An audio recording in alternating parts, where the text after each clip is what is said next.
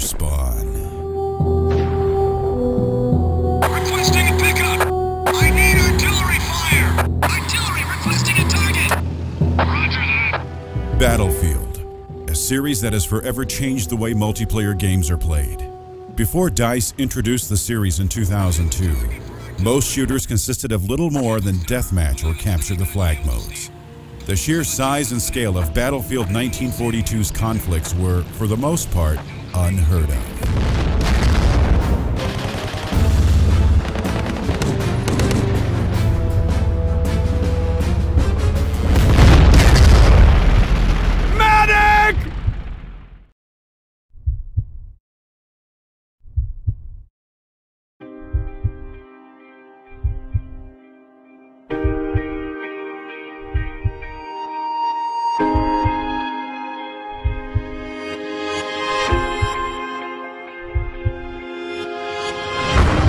Close to a decade with the series, DICE is on the verge of unleashing Battlefield 3 upon the masses.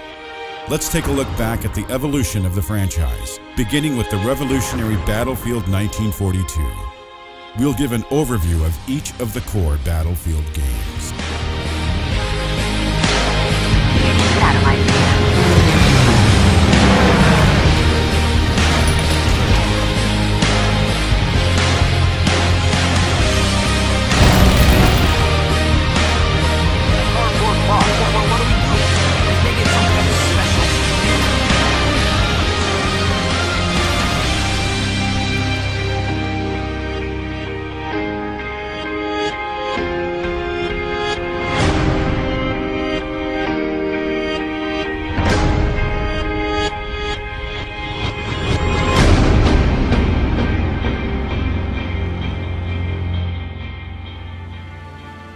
There never has been, I suppose, in all the world, in all the history of war, such an opportunity for youth.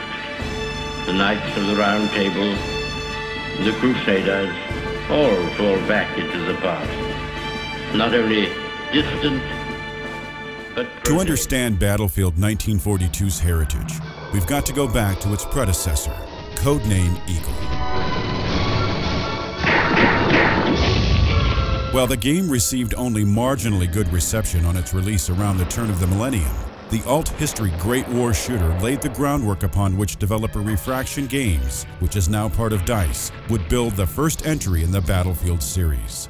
Though reviews weren't exactly singing its praises, a small community built up around the game's multiplayer aspect, and many of those design decisions would carry over into the studio's next game. Simply put, had there been no codename Eagle, there may have been no Battlefield series at all, at least in its current form.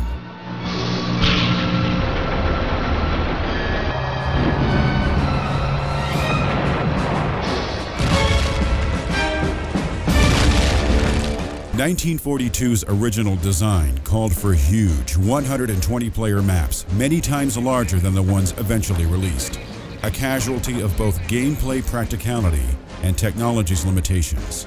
Joining the relatively vast levels on the cutting room floor were multiple classes, including a pilot team member who may have had exclusive access to the team's planes. A concern of the team was the jarringly unrealistic spawning of vehicles, so early designs included tank factories and shipyards that would have masked the magical apparition of the game's ships and war machines. As things were cut, however, the team's vision began to take shape and more closely resemble its eventual final form. The studio struggled to convince publishers of 1942's value and strength of vision, as Battlefield was an unproven concept at an early stage of development. It wasn't until 2 years later, at the summer 2002 launch of the game's multiplayer demo, that things started to really gain momentum. The team was in a crazed rush to kick the finished code out the door, still unsure of how it might be received. In the nail-biting hours and days following the demo's release, the player statistics began to skyrocket, and it became clear the game struck a chord with a lot of gamers.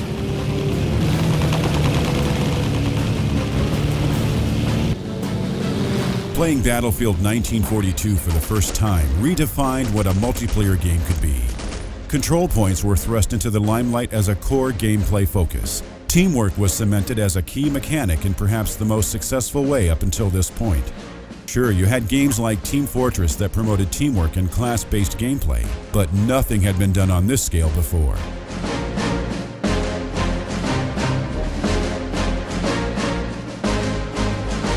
Playing a medic was so radically different from playing an assault class, and for the first time, cooperation kicked Twitch-based skills out of the driver's seat. From our perch here in the future, 1942 may be best defined by the features it didn't have.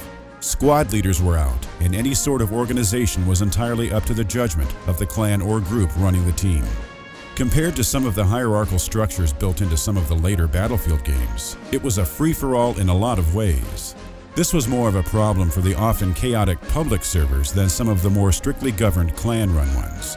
But the features DICE pumped out to address the issues for the sequels were certainly welcome. For a series that helped pioneer persistent unlocks, personal awards, and multiplayer progression, 1942 shows no signs of these things that were later to come. As revolutionary as the game was, it clung tightly to a lot of old-school game design pillars, sometimes devolving to feel like a really big deathmatch rather than a fight for territory.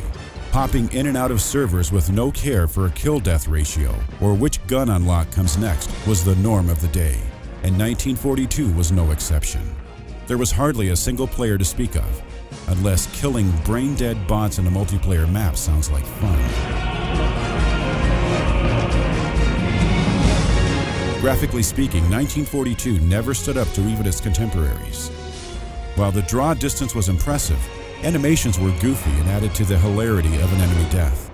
Textures were stretched pretty thin, and the game's visual detail couldn't hold a candle to more tightly scripted titles like Medal of Honor, Allied Assault, or even console games like Metroid Prime. But it didn't matter to its millions of buyers, sacrificing a bit of visual fidelity for the satisfaction of a successful, coordinated tank rush involving dozens of teammates was a no-brainer. The game launched with 17 different maps, though like most popular multiplayer games, a select few quickly rose to the top of most server lists. Lots of servers favored Wake Island, Midway, Al Alamein, and Battle of the Bulge soon after launch. DICE had some 24 weapons ready for the launch of the game, as well as nearly 36 vehicles among tanks, ships, light vehicles, and aircraft. Even though later games pared down the number of maps, it didn't make much difference since the majority of maps in 1942 were ignored by many servers. The gaming press was sold on Battlefield 1942's unique blend of arcade action and strategic team play. IGN wrote, "The game is a perfect bet for fans of online action."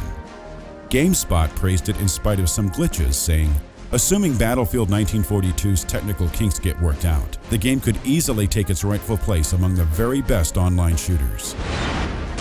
It's hard to imagine the past decade in gaming without Battlefield, and 1942 kicked it all off with several million copies sold. It was a remarkable achievement and influenced games for years to come. The later, multiplayer-focused Call of Duty games, the Star Wars Battlefront series, and Enemy Territory are just a few examples.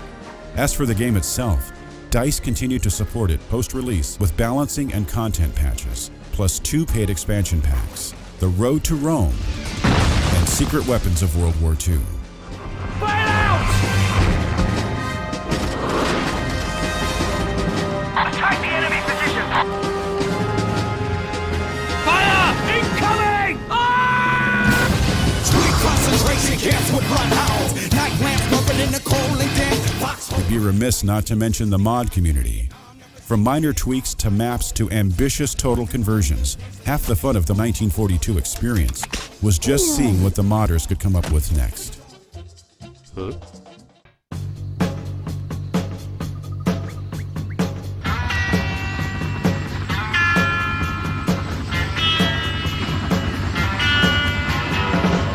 Announced on June 18, 2003, just 6 months after 1942 made a splash in the industry, Battlefield Vietnam promised to bring the franchise into a new era with more firepower and beautiful yet ferocious new combat settings.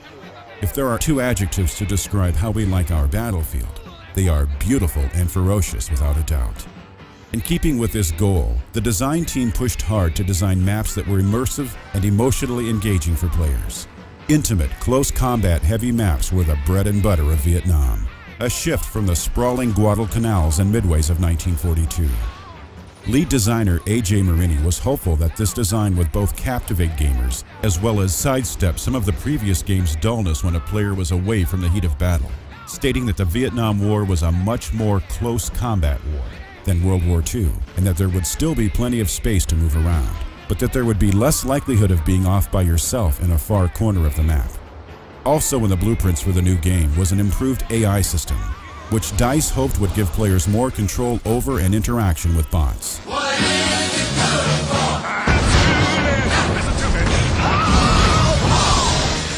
The Swedish game developer sunk a lot of time into Vietnam's extensive list of planned features: an enhanced infantry experience and gun feel, brand new helicopters with their own physics modeling, more realistic ballistics, a movable spawn point, and high-fidelity DirectX 9 graphics. Additionally, to preserve the integrity of the Vietnam War setting, DICE de-emphasized naval combat and funneled more resources into the air and ground war. During development, the team claimed they weren't just dragging and dropping 1942 into a Vietnam setting, and this approach was